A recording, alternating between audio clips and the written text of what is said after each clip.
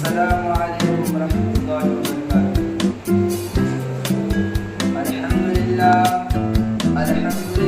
नहमदुहु व नस्तईनुहु व नस्तगफिरुहु व नु'मिनु बिही व नतवक्कलु अलैहि व नऊज़ु बिल्लाहि मिन शुरूरि अनफुसिना व मिन सय्यिआति अअमालिना।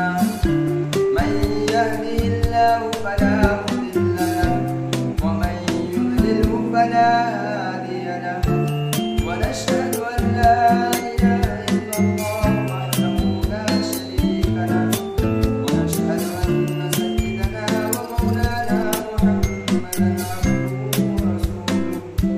अम्मा बअद फक़द क़ाल अल्लाहु तआला फ़िल क़ुरआनिल मजीद व फ़ुरक़ानिल हमीद। अऊज़ु बिल्लाहि मिनश शैतानिर रजीम। बिस्मिल्लाहिर रहमानिर रहीम।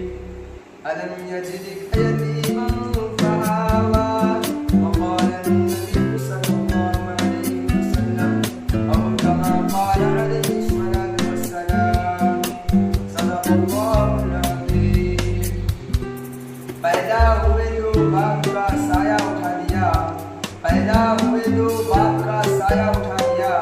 घुटनों चले तो दादा को रवाना था, चलने लगे तो मादर व हम हो गए जुदा, चलने लगे तो मादर व हम हो गए जुदा। हर एक साया सर से उठता चला गया। साए पसंद आए न परवरदिगार को, साए पसंद आए न परवरदिगार को, बेसाया कर दिया गया उस साएदार को। मुहतरम हज़रात, सामाईन किराम और काबिल क़द्र शख्सियत, आज इस दिलकश साअत हुमायूं में आप हज़रात के सामने उस जलीलुल क़द्र, अज़ीमुल मर्तबत और रहीमुल शान हस्ती के तज़किरे की सआदत हासिल कर रहा हूँ, जिनकी हयात और ज़िंदगी का एक एक लम्हा सूरज की तरह साफ व शफ़ाफ थी।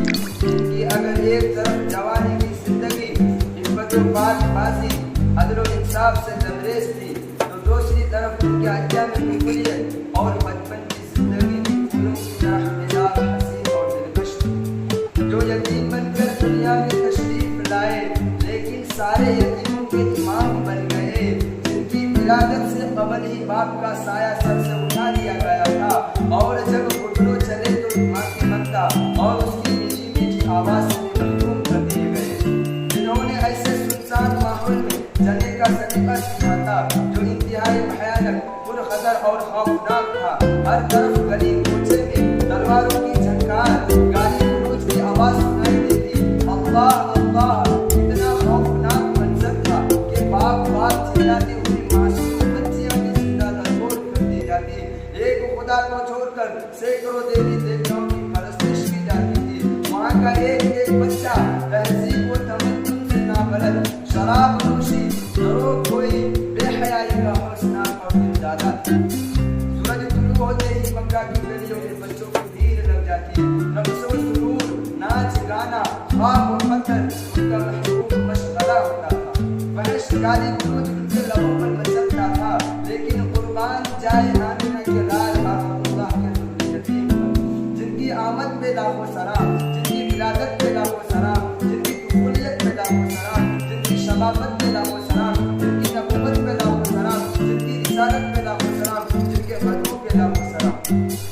पूरी तारीख़ इंसानियत में आपकी कोई मिसाल नहीं मिलती, और मिलेगी कैसे? कुदरत ने आपका साया किसी को पैदा ही नहीं किया, बल्कि पैदा होने के बाद वो साँचा ही तोड़ दिया गया, ताकि किसी को ज़ालमियत का शुबा ही ना हो सके।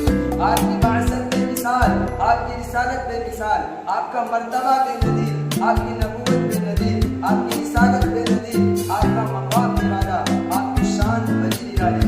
इसलिए आपकी कुफरियत भी बड़ी शान वाली थी।